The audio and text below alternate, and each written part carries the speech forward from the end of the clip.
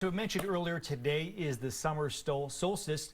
It's a tricky one. It's a Easy tongue for me twister. to say. Anyway, so you might notice other meteorologists, not just David, wearing this large pin that you have there in the mug to go with. And there's a reason for that. All over the world, a lot of meteorologists are posting it on Twitter and wearing it on the news today. Maybe a tie version of it, maybe a coffee cup version, which you see here. This pin actually is showing global temperature trends from back in 1850, the blue colors here, all the way up to the present. And you can see how they're kind of going from blue to hotter colors in the red. And again, this is all to raise awareness about climate change here on the first day of summer as we start to enter some of the hottest months of the year. Sure. Wow. Yeah, so that's the global trend. But Show those mug? Yeah, absolutely. So here's the, let's see if we can get a tight shot of it. Yeah. So the blue over here, you guys have this? There we go. So this is the global temperature in 1850 compared to the 20th century average. Each line is a year. Each line is a year. Cooler than normal, cooler than normal. And this is all compared to the 20th century average. Oh, and then we get up to present. Look at that. Just the past few decades. Wow. Really a huge change. So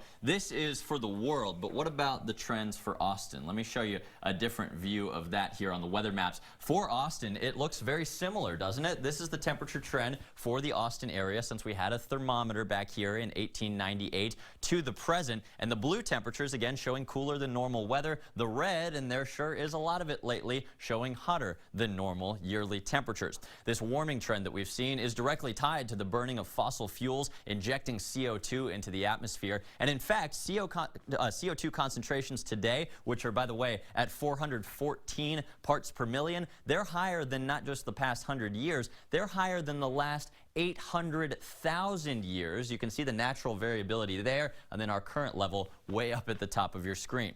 But it's not all doom and gloom. You can actually do something right now that's really, really easy. It takes a few minutes to really help the situation. If you're an Austin Energy customer, and we have hundreds of thousands of those in the area, go to our KXAN.com weather blog right now. Sign up for their Green Choice program. Signing up for it, and I've done it at my condo, powers your home or business by 100% clean, renewable Texas wind energy. And again, this all helps the world combat the changing climate.